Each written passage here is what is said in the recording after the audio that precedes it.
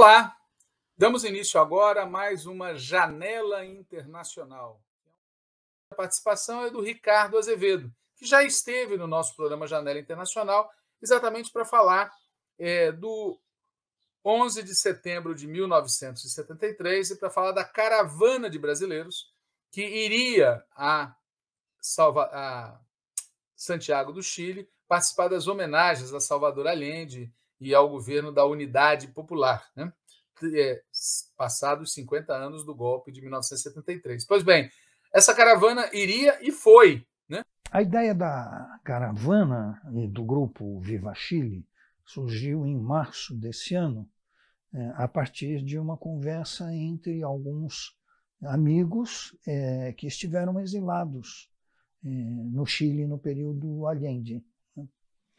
E surgiu a ideia de, bom, vamos voltar lá, são 50 anos, a gente sabia que todos os anos havia, no 11 de setembro, algum tipo de comemoração, em geral no Estádio Nacional, e de repúdio, né, ao Pinochet e ao golpe fascista, e nós dissemos, vamos, nós queremos estar lá, né? Nós estamos presentes 50 anos atrás, vamos voltar.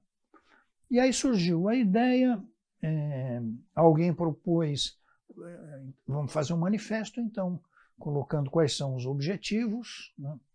E eu pensava, pelo menos, que, bom, talvez a gente consiga levar umas 30 pessoas, ex-exilados, etc., fazer uma coluna de brasileiros, né, que esteja representada nas comemorações.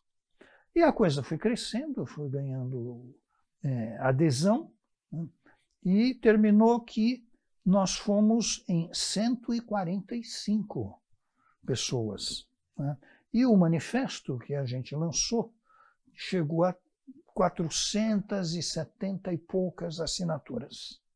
E a gente trabalhou basicamente com quem esteve no Chile ou seus descendentes, porque faz 50 anos, né? Então muita gente morreu, né?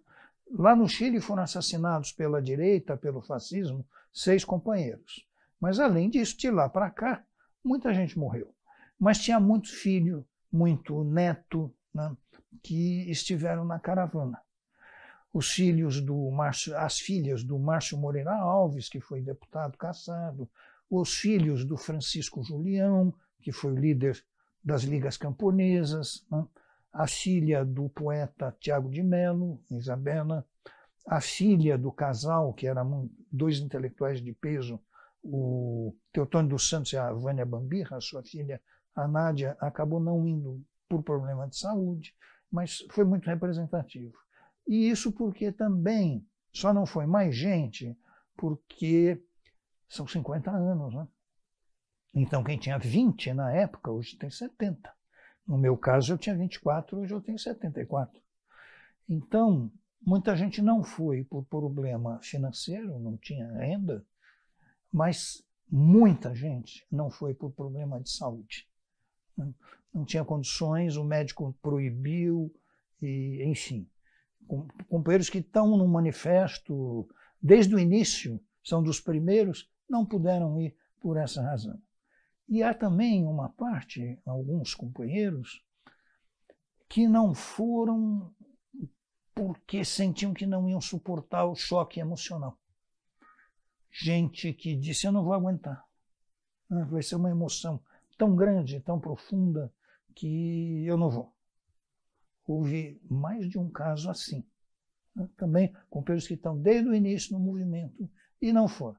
Bom, e aí então nós fomos nessas condições, nós montamos uma agenda, contamos com colaboração de amigos chilenos, que nos davam dicas do que era interessante, o que não era, né?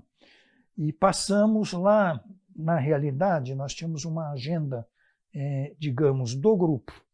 Mas, além disso, havia sugestões de outras visitas que podiam ser feitas aí, cada um por conta própria.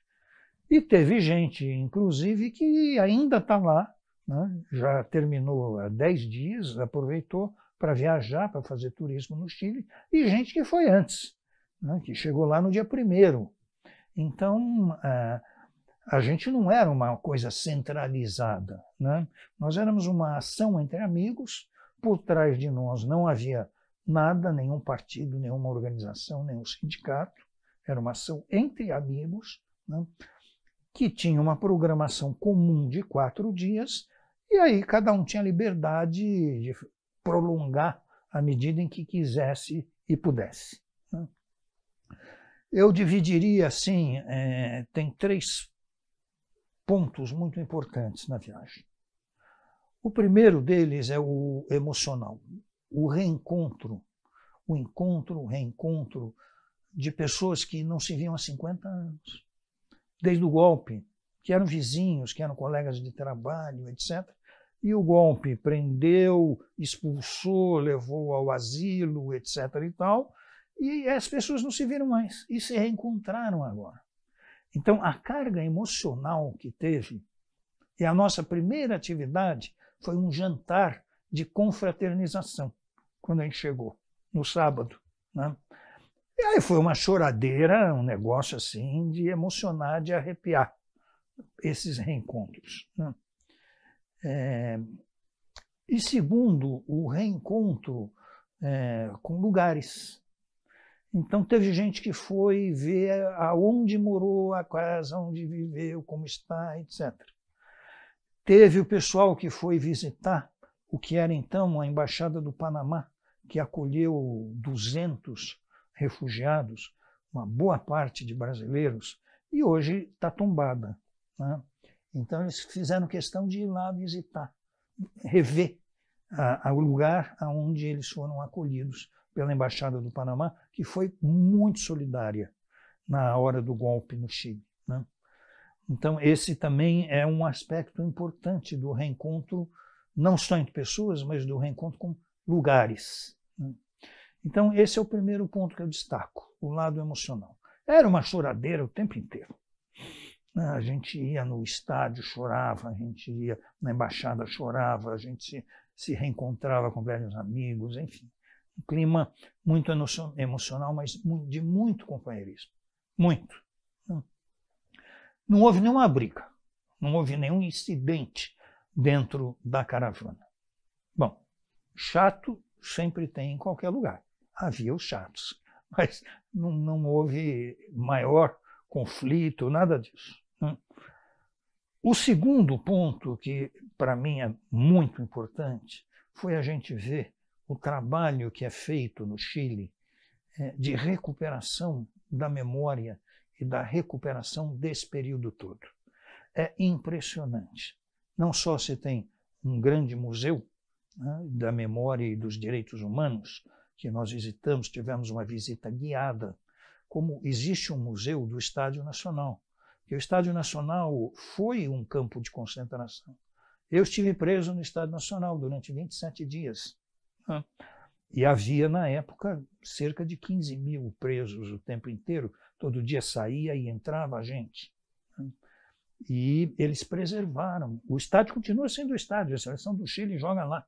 Né? Mas eles preservaram uma ala onde os presos ficavam detidos, onde dormiam, que era uma parte dos vestiários do estádio. E aí, nos subterrâneos do estádio, eu diria naquela parte que dá acesso às arquibancadas, tem um pedaço que eles fizeram e botaram o nome de todo mundo que esteve lá. Eu achei meu nome, tirei uma foto, meu nome, escrito errado, porque eu sou Azevedo e eles escreveram Acebedo, com C e com D, mas estava lá. Ricardo de Azevedo e o período. Né? Então, todos estão registrados. No cemitério há um caminho, né, uma passarela, cemitério onde estão muitos, inclusive o Allende, enterrado, há uma passarela com os nomes também dos que morreram. Entre mortos e eles chamam lá detenidos desaparecidos. É a nominação que eles dão para aqueles que sumiram, né? Que muito provavelmente foram assassinados, mas que não se achou o corpo. Então não teve direito ao enterro. Né? Somando isso tudo, são 30 mil vítimas do terror fascista no Chile. E isso tudo está muito preservado. Então você vê os nomes das pessoas, e há também não só o Grande Museu e o Estádio Nacional, como há pequenos centros de memória nos bairros. Porque o pessoal do bairro que sofreu a repressão, e todos sofreram, se organizaram e criaram um pequeno centro de memória daqueles que moravam no bairro. Então está lá. Nós conversamos com uma senhora que mora num bairro, que ela disse, olha, lá no nosso bairro nós localizamos 30 endereços que foram centros de tortura. E nós estamos trabalhando isso, nós estamos colocando objetos que pertenciam às pessoas que foram presas. Né? Então, esse trabalho de recuperação da memória é um trabalho muito amplo e que tem muita base social, né? Encontra muito apoio na população chilena. Então, é enorme. E nós não fomos para o interior, mas isso também, em cada cidade grande ou média, há um centro de recuperação da memória. É uma coisa muito interessante. E o terceiro aspecto que eu ressalto da nossa caravana foi no que toca à ação que nós fizemos com relação ao Brasil. Eu quero ressaltar que nós tivemos um apoio muito importante da Embaixada Brasileira em Santiago. O embaixador Pacheco nos apoiou em tudo, e tem uma equipe de jovens diplomatas também que se envolveram bastante. Tudo que a gente precisou, eles fizeram, eles nos forneceram, né? Microfone, equipamento de som, tudo, né? E nós fizemos, contamos com a participação também de 2 ministros do Estado, do governo brasileiro, porque o presidente Lula estava convidado, né, para participar, mas ele estava na Índia, na reunião do G20. Não havia tempo. Né? A reunião do G20 terminou no dia 10, o ato lá em Santiago era 11h12. Não havia tempo de deslocamento. Então ele designou 2 ministros para representarem o Brasil, né, porque houve as cerimônias oficiais, né, com a presença de vários presidentes da América Latina. Né? Mas o Brasil foi representado pelo ministro Flávio Dino, da Justiça, e pelo ministro Silvio Almeida, dos Direitos Humanos. E eles estiveram presentes em várias ações da nossa caravana.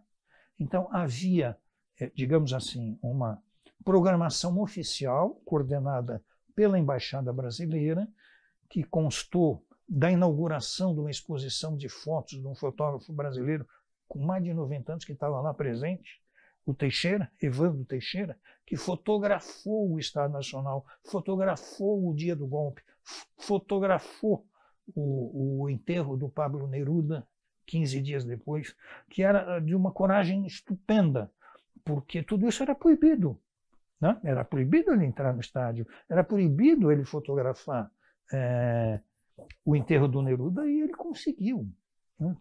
Trepava em árvore, escalava muro, espetacular. Então as fotos dele são de uma valia, então elas estiveram expostas em São Paulo, no Instituto Moreira Salles. Não sei se alguém viu, aquela mesma exposição está agora em Santiago, patrocinada no Museu dos Direitos Humanos, patrocinado pela Embaixada Brasileira. Além disso, a Embaixada patrocinou também o lançamento em espanhol do livro do Roberto Simon, que em português tem o título O Brasil contra a Democracia, que é um livro fundamental para quem quer conhecer a ação que o Brasil teve de apoio ao Pinochet, de apoio ao golpe, fruto de um trabalho muito sério que o Roberto Simon, jornalista, fez de pesquisa nos arquivos do Itamaraty e da CIA. Né? Então ele revela coisas que não eram conhecidas, né, da participação brasileira, né? Como, por exemplo, a vinda com certa frequência, de oficiais do exército chileno ao Brasil para conspirar com o exército brasileiro para dar o golpe, né? Ele dá dados do dia, quem veio, tudo isso, né? Então, também houve o lançamento desse livro, patrocinado pela nossa embaixada, né? Também foi algo muito importante. E, além disso, nós tivemos as nossas atividades, né, próprias, que além das visitas aos museus, aos centros de detenção, a grande ação que a gente fez foi a inauguração de 2 placas, né, com apoio da embaixada. Nós inauguramos uma placa que vai ficar na Embaixada Brasileira em Santiago, uma placa de cerca de 1 metro de altura, mais ou menos, em português, que denuncia o golpe no Chile e denuncia a cooperação do Brasil, do regime brasileiro, com o regime fascista chileno. Há um reconhecimento pela primeira vez na história do Brasil, e eu conheço pouquíssimos casos no mundo em que um governo assume uma autocrítica de ter apoiado um golpe e um regime fascista. Isso está explícito na placa, que vai ficar dentro da Embaixada do Brasil. Por que eu digo vai ficar? Porque a Embaixada está em obras, está em reforma, houve uma inundação, houve um terremoto, então ela está fechada. E está funcionando provisoriamente num conjunto comercial, né? Mas quando ela for reinaugurada, essa placa vai para lá. E a outra placa, nós inauguramos a uma Praça Brasília, no centro de Santiago, né? E nós inauguramos, então, a outra placa, em espanhol, voltada para o público chileno, na Praça Brasil, né? E aí foi um ato muito bonito, porque, por coincidência, Santiago é dividida, são 32, não tem um prefeito, são 32 municipalidades, mais ou menos independentes, cada uma tem um prefeito, né? A Praça Brasil fica na municipalidade de Santiago, que é a mais importante de todas, é a mais central, né?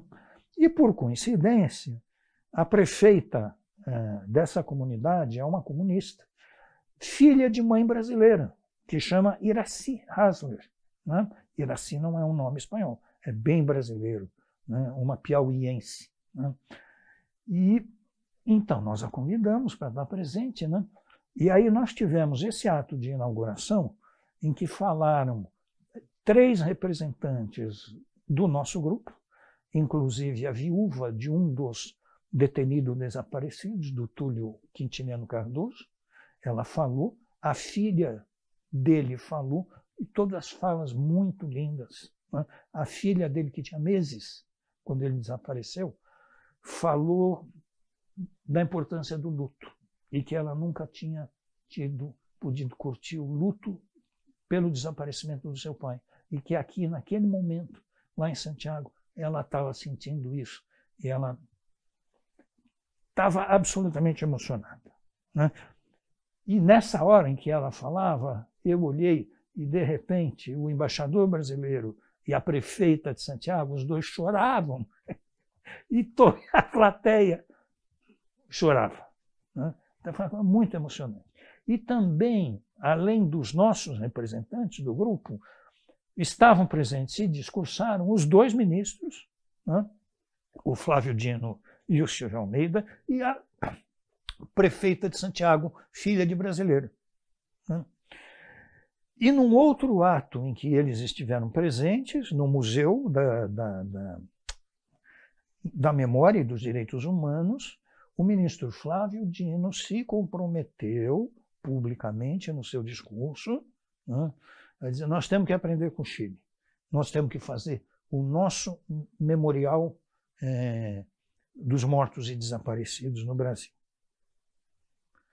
É a primeira vez também que há um comprometimento público do governo brasileiro, através do seu ministro da Justiça, né, e até brincou com o ministro Silvio Almeida, dos Direitos Humanos, dizendo: Silvio, você põe as mãos à obra, porque o dinheiro para fazer eu garanto.